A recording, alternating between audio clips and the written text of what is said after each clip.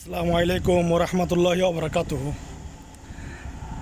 যে কোনো দেশের মধ্যে, আমাদের বাংলাদেশের বাই হোক, যে কোনো দেশের মধ্যে যারা টোটো কোম্পানির ম্যানেজার, অর্থাৎ যারা ঘুরে বেড়ায়, যারা ঘোরাফেরা করে, বাবার হোটেলে বসে বসে খায়, বিয়ের বয়স হয়ে যেতেছে, টাকা পয়সা ইনকাম করার কোনো খবর বার্তি নাই, নিজের লাইফের কোনো চিন্তা নাই, বাইয়ের টাকা দিয়ে ফটো নিয়ে মারায়, এদের নিয়ে কিছু কথা বলবো।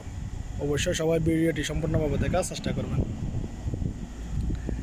ফুটানি করার আগে চিন্তা করবেন আপনার ভাই কী কষ্ট করে টাকা ইনকাম করতেছে। ফুটানি করার আগে চিন্তা ভাবনা করবেন কীভাবে আপনার ভাই, আপনার বাবা কীভাবে কষ্ট করে টাকা পয়সা ইনকাম করতেছে। সবার উচিত একবার প্রবাস মাটি থেকে একবার ঘুরে যাওয়া। এই প্রবাস মাটিতে এসে মানুষ কীরকম কষ্ট করতেছে এবং নিজে কীভাবে কষ্ট করবেন, এগুলো অবশ্যই বোঝার দরকার আছে। না হয় আপনি টাকা কী জিনিস বুঝবেন না, টাকার মূল্য কী জিনিস বুঝবেন না। আপনি এখন হয়তো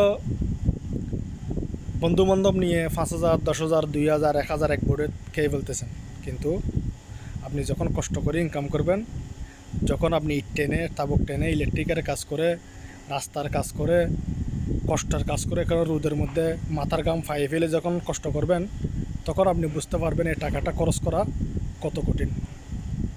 আসলে মানুষ থাকতে বোঝে না, যে সময় না থাকে তখনই বোঝে। বাংলাদেশের যেসব মানুষ, যেসব ভাইরা ঘোরাফেরা করতেছেন, তারা একটু সাবধান হয়ে যান, দেখে শুনে চলাফেরার চেষ্টা করুন এবং প্রবাস মাটিতে এসে একবার ঘুরে যাওয়ার চেষ্টা করুন। তারপর বুঝতে পারবেন আপনি মানুষ এখানে কত কষ্ট করে টাকা পয়সা ইনকাম করে, পরিবারকে ত্যাগ দিয়ে।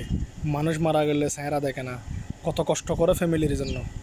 অবশ্যই প্রবাসীর কথা চিন্তাভাবনা করে চলার চেষ্টা করবেন। বেআইনিভাবে টাকা পয়সা খরচ করার চেষ্টা করবেন না। যেখানে প্রয়োজন পড়ে সেখানে খরচ করবেন, টাকা পয়সার মূল্য দিবেন অবশ্যই। কী জন্য? সেটা অনেক কষ্টের টাকা। প্রবাসী বাইরা আমার দুবাই, প্রবাসী, কাতার, বাহারাইন, যে কোনো দেশে হন না কেন, অনেক কষ্ট করে রোদের মধ্যে কাজ করে এই টাকাগুলো পাঠাই।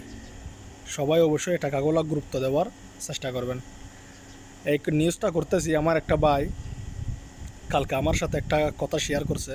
তার ফ্যামিলি নিয়ে টাকা পয়সার গুরুত্ব দেয় না, কিছু দেয় না, তার ভাই টোটো করে ঘুরতেছে, করবাদার কোনো জ্ঞান নাই, চেষ্টা নাই, এগুলা নিয়ে তার মনে অনেক দুঃখ। আমাকে কথাগুলো বলে, তার জন্য আমি চিন্তা করতেছি কথাগুলো আমাদের ভাইদের উদ্দেশ্য করে একটু শেয়ার করি, কী জন্য সবার জানা উচিত। সবাই সাবধান থাকবেন, সবাই ভালো থাকবেন, সুস্থ থাকবেন। সবাই প্রবাসীদেরকে মূল্য দিবেন, প্রবাসীর টাকাকে মূল্য দিবেন।